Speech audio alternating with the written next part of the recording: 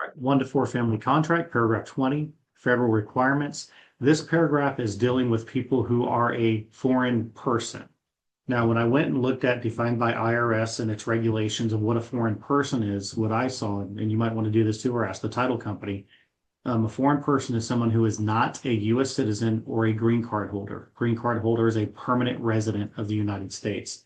Anybody else or any other trust or corporation that's a foreign entity would be considered a foreign person. So that deals with foreign corporations as well. Okay. Now, what's going to happen? It says if they're a foreign person or a seller fails to deliver an affidavit or certificate of foreign status that the buyer is not a foreign person, then the buyer has some things that they have to do. Now, speaking with title companies and working with title companies, typically the seller is not going to inform the buyer, right? But the title company has a form that the seller has to sign, and in that form, it's going to state if they are a foreign person or not. If they are a foreign person, then it's going to trigger the second half of this paragraph. Now, if you're not going through a title company, you need to pay special attention to this and maybe work with the title company. If they're just closing at the kitchen table, get with the title company and ask them for that form. They might give it to you, they might not, but get that form because we need to know if that seller is a foreign person or not. Okay. Now, let's assume they are. Now, again, I've never had to do that. Title company is always taking care of that.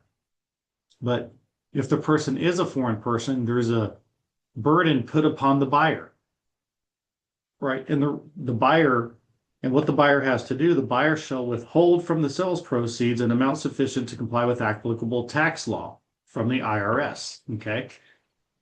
So this is where title company things start rolling. Now it says the buyer shall withhold. The buyer's not actually going to withhold. There's going to be an accounting firm that's brought in typically. Title company might handle it different.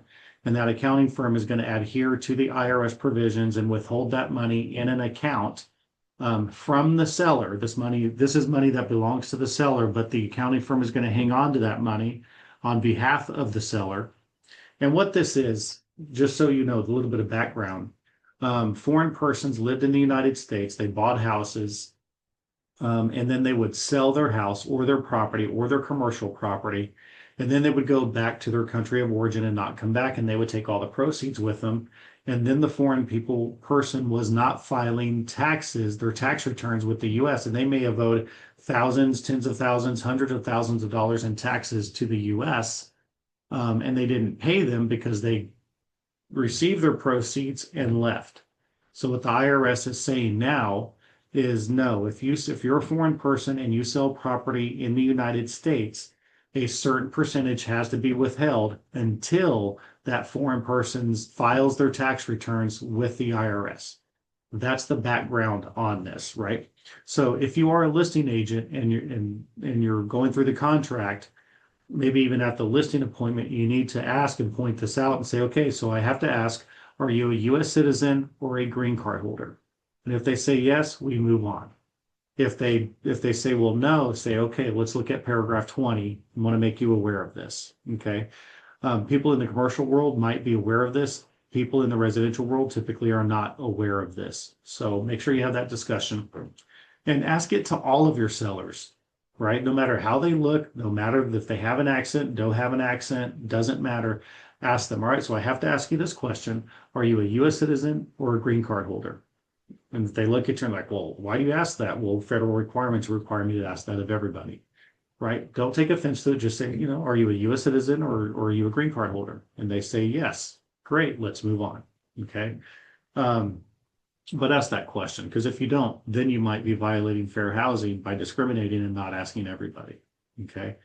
But again, if you come across that, go talk to your broker. That's very rare that happens. I was talking to a title lady about this, and she closes, I don't know, 20 or 30 transactions a month. And she's been doing this for 12, 15 years. Only had this happen one time. And she said it was a pain because it was the only time they had done it. So if they are a foreign person, get on that right away to get the accountants involved because it will take a minute to get it done. Okay. All right.